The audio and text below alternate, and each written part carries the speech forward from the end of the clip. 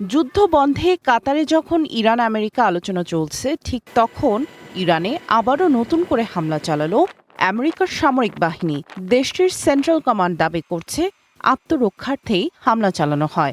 Central কমান্ডের মুখপাত্র captain team Hawkins এক বিবৃতিতে বলেন, আমেরিকার সামরিক বাহিনী চলমান যুদ্ধবিরতির মধ্যে সর্বোচ্চ সংযম প্রদর্শন করে নিজেদের বাহিনীকে রক্ষা করে চলেছে।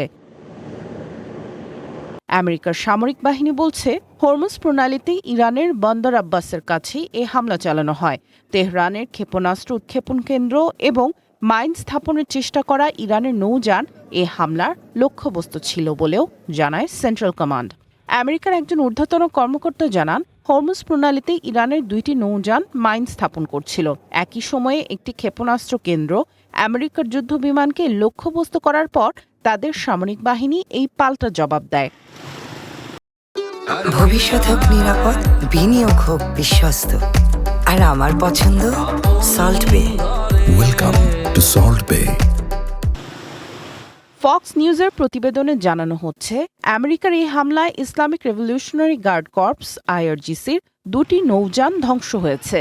এছাড়া বন্দর আব্বাসে অবস্থিত একটি সারফেস টু এয়ার বা ভূমি থেকে আকাশে উৎক্ষেপণযোগ্য ক্ষেপণাস্ত্র কেন্দ্রে আঘাত হানে। হামলা আপাতত শেষ হয়েছে বলে জানায় সেন্ট্রাল কমান্ড।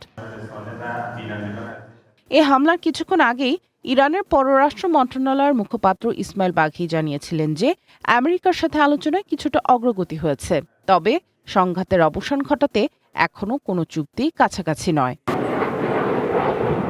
এ হামলা চলমান আলোচনা এবং যুদ্ধবিরতিকে কিভাবে প্রভাবিত করবে তা এখনও স্পষ্ট নয়। আমেরিকার পররাষ্ট্রমন্ত্রী মার্কো রুবিও মনে করছেন, হামলার পরও একটি চুক্তি এখনও সম্ভব। সামিয়া জান্নাহ, ওয়ান ইন্টারন্যাশনাল ডেস্ক।